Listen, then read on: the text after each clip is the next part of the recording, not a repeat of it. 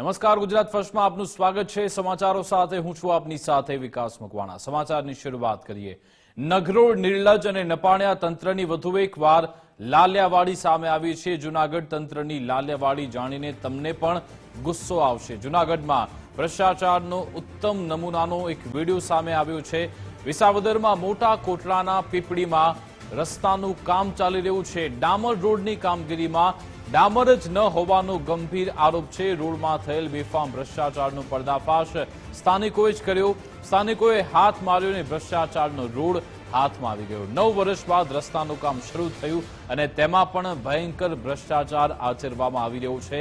સ્થાનિક અગ્રણીઓએ ભ્રષ્ટાચારની પોલ ખોલવા વિડીયો બનાવ્યો છે, જે હવે વિડીયો વાયરલ થઈ રહ્યો છે। આ ભ્રષ્ટાચારની ચાડી ખાતો આ વિડીયો છે। કઈ રીતે અહીંયા મિલીભગત ચાલે છે, ઘણા બધા સવાલ ઉપસ્થિત થઈ રહ્યા છે।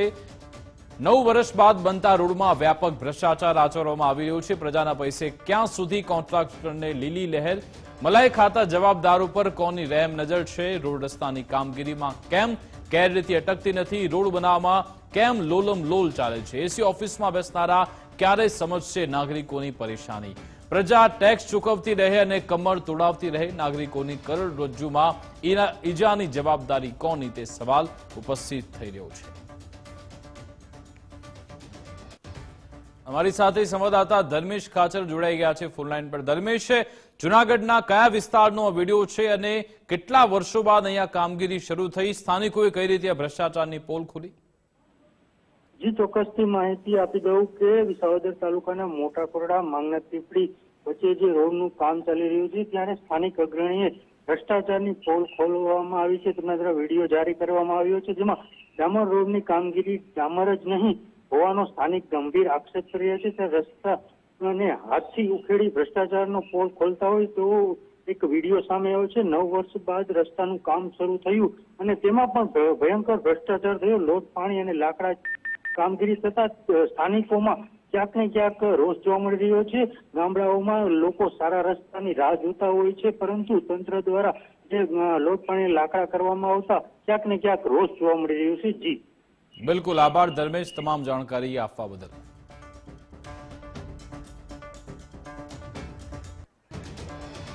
અમારી સાથે ફોનલાઈન પર હરેશભાઈ જોડાઈ ગયા છે, એક સ્થાનિક ત્યાંના છે, તેમની સાથે વાત કરીશું। હરેશભાઈ, ગુજરાત ફર્સ્ટમાં આપનું સ્વાગત છે।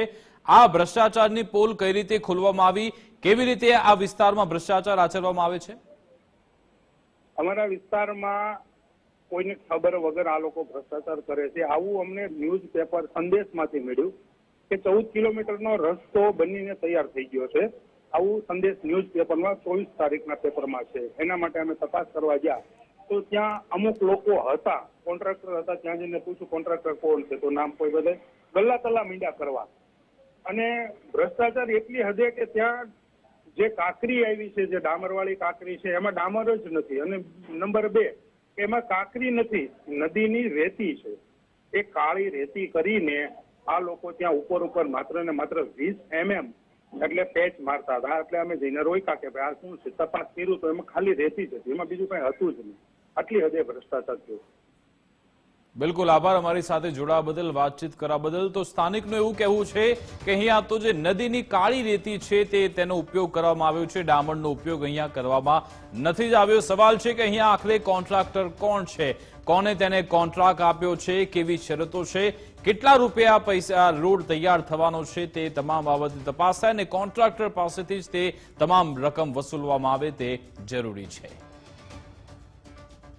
ન્યૂઝરૂમથી અમારી સાથે ઉમંગ જોડાઈ ગયા છે। ઉમંગ, ભ્રષ્ટાચારની ચાડી ખાતો આ વિડીયો, આ રોડ કે જ્યાં સ્થાનિકોએ જાતે ભ્રષ્ટાચારની પોલ ખોલી છે।